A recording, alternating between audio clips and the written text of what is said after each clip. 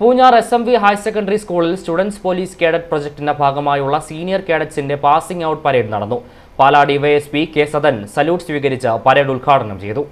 GV Raja school ഗ്രൗണ്ടിൽ നടന്ന പരേഡിൽ Pala DYSP K Sadan salute സ്വീകരിച്ച് പരേഡ് ഉദ്ഘാടനം ചെയ്തു. 50ഓളം കേഡറ്റുകളാണ് പാസിംഗ് ഔട്ട് പരേഡിൽ പങ്കെടുത്തത്.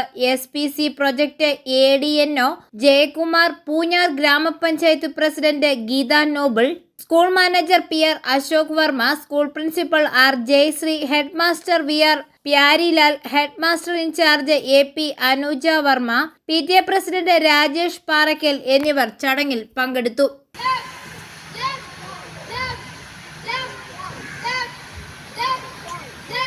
പരേഡ് കമാൻഡറും സെക്കൻഡ് ഇൻ കമാൻഡറും ഡയസിലെ വിശിഷ്ട വ്യക്തിക്ക് അഭിവാദ്യം അർപ്പിച്ച് കടന്നു പോകുന്നു. തൊട്ടുപുറകെ 1ാം പ്ലാറ്റൂൺ സല്യൂട്ട് നൽകി കടന്നുപോയിക്കൊണ്ടിരിക്കുന്നു. അദ്വൈത് നായരുടെ നേതൃത്വത്തിൽ 2ാം ചടങ്ങിൽ പരേഡിന് നേതൃത്വം നൽകിയ കേഡറ്റുകൾക്ക് ഉപഹാരവും നൽകി. I4A news Pala.